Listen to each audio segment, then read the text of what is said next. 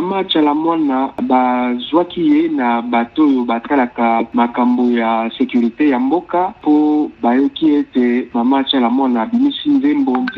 oyo eleki na commission ya censure te pamba te banzembo nyonso avant yango ebima elekaka na commission ya censure. Sa commission ya censure etala soki maloba mabe ezali na nzembo te okoki kosala bato mitema pasi to ekoki kobebisa réputation ya bato. Apparemment nzembo wana ebimi na nzela wana yango na akomi na situation mazali moko te boyeba te tinakala bamusicien mingi na kotakisa Koffi Olomide te azalaka interpellé na ndenge wana ezali mobeko ya mboka na biso ezali kaka mpona mama Chalamwana te eza mpona baartiste nyonso bakosala nzembo baza na obligation ya kolekisa nzembo na bango na commission ya censure. Ezali te na likambo ya politique po toyebi ke matata mazali kati na cash na FCC pe azwa koloba makambo ya ingratitude na kati biso toyebi ke soki makambo ya ingratitude wana etali makambo ya cash na soki FCC na eloko ezali sur te kaka ndenge makambo yango eyaka na mosala na bango ya bamiziki bayebi yango bango moko te avant bimisa nzembo il faut leka na commission ya censure. Napesi bino ndakisa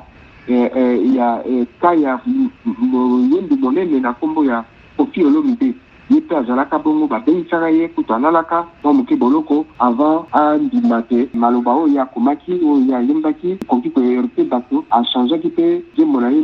na maloba yango wana azalaka libere eloko nazala kolobisa bino yango wana me ezali mobeko ya mboka na biso bamboka nyonso eza na mibeko nango oyo ya biso elobi ete mpona kobatela vie privé ya bato kobatela dignité ya bato il faut pas nzembo ebima sans ezala autorisé ya kobima yango wana esengaka musicien akende abani koexplike sens ya bamo ya atikuna baphrase oyo ekozala ekoblesse bato toboni yango nde ka ezwi mama Chalamwana akangamaki mokolo nini mpe akoki kotikama mokolo nini wana eza makambo etali bato ya commission ya censure bango nde bakoyeba soki bakotika ye mokolo nini so nakoki koyeba fonctionnement ya étape wana préjudiciaire.